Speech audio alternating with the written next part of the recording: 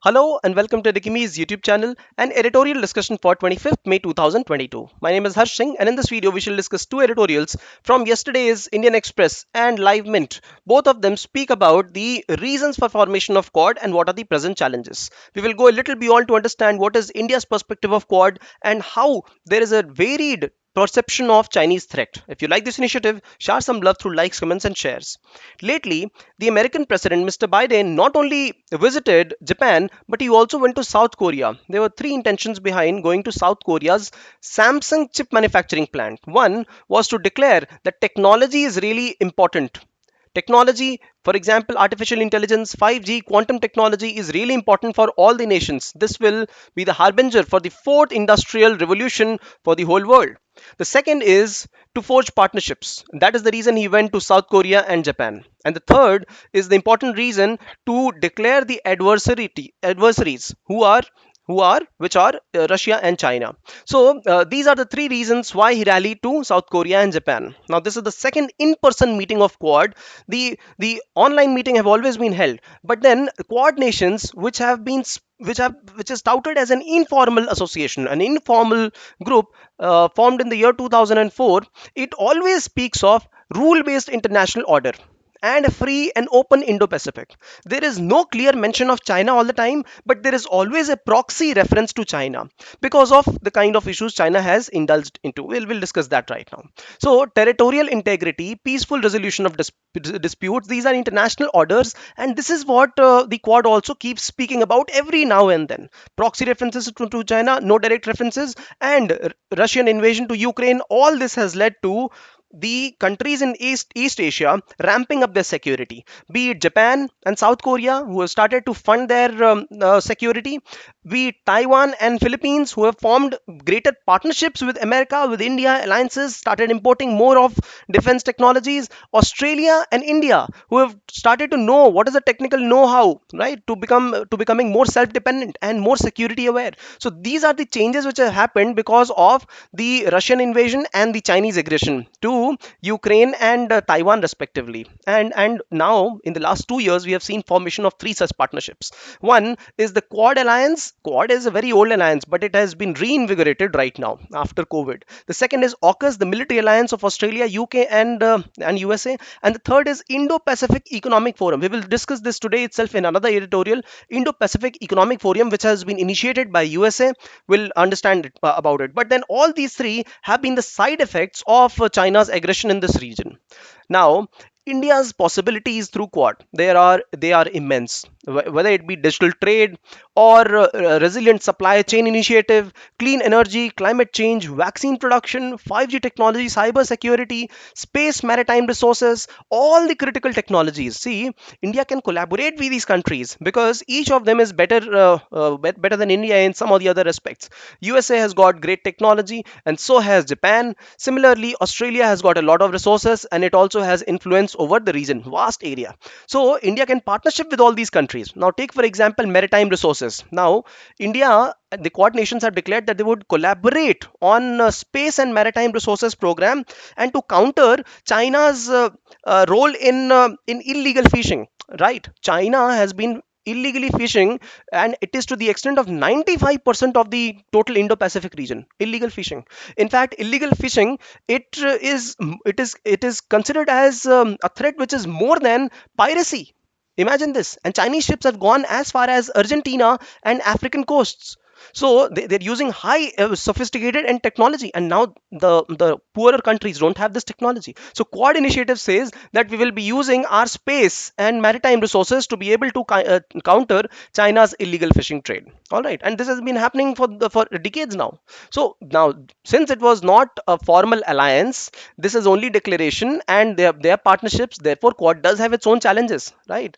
And one more challenge is the coalition of the like-minded countries. Now, the coalition can only become robust and strong if there is more trust and if there are more stakeholders in the association, right? So, who is the country who is going to handle this? It is not Australia, it is not Japan, India. India is considered as the country which is at the heart of countering China in Indo-Pacific region. If you look at the map itself, you would find India at the center of the Indian Ocean. right? And that's where you find the South China Sea and East China Sea. So India is one country because the international trade also happens, and India happens to be at the center of all this Indo-Pacific region. So India happens to be one of the countries which is at the center, and the disagreements with India, they are definitely there because all the Quad countries apart from India think that they must criticize Russia. India disagrees, but now you see the kind of images that are coming from the social media these days after the Japan summit.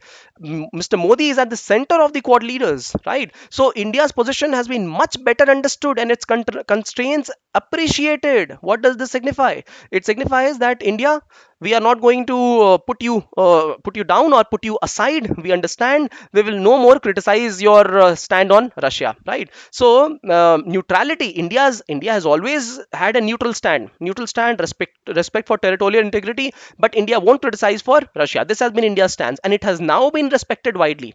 So Quad and India on technology, yes, going ahead. On respecting each other's diplomacy, yes, going ahead. And it is not a formal alliance. This is a challenge. So let us understand some of the challenges of Quad. See, first of all, defining the agenda of Quad is very prime.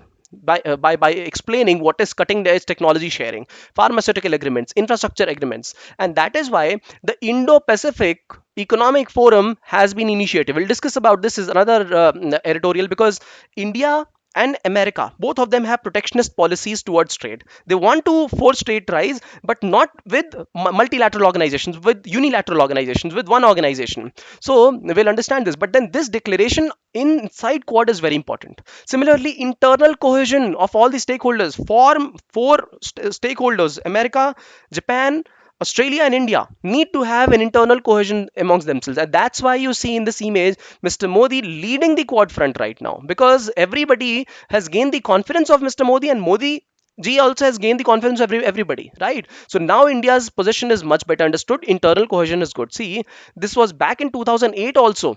Quad initially got formed in 2004. The security dialogue, the HADR, humanitarian assistance and disaster relief measures.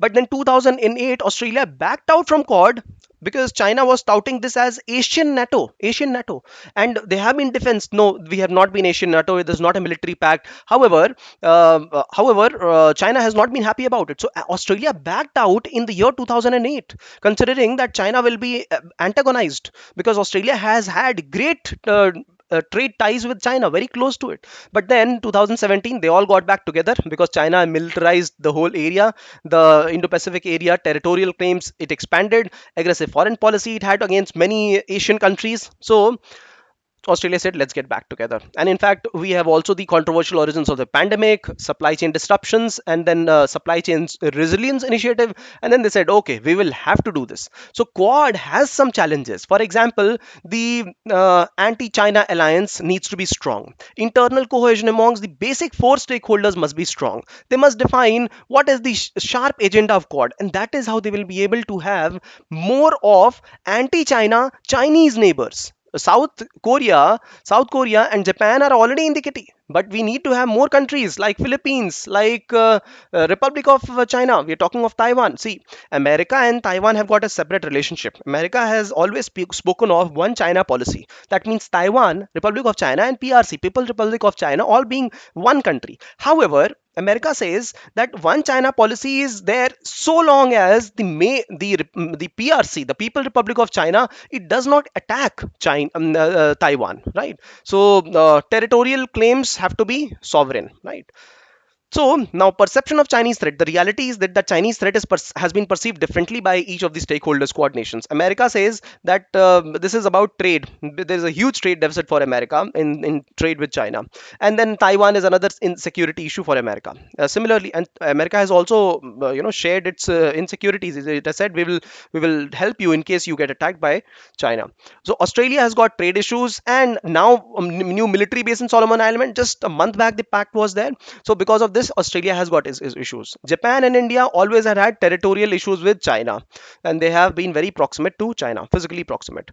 So right from Ladakh to Senkaku Islands in Japan, China has always had incursion plans, and it has also made inroads into neighborhood, be it North Korea, be it Pakistan or Sri Lanka, right? So if it has not been a security alliance till now, not a problem. Why cannot we have a security perspective added to it right now? It's just a food for thought. But then, so see, just like we have AUKUS as military alliance and Indo-Pacific Economic Forum as an economic potential economic alliance, can we not have a political and security angle to it? Yes, why not? So let's understand quickly what we studied in this particular editorial discussion. We understood what has been the intent of USA.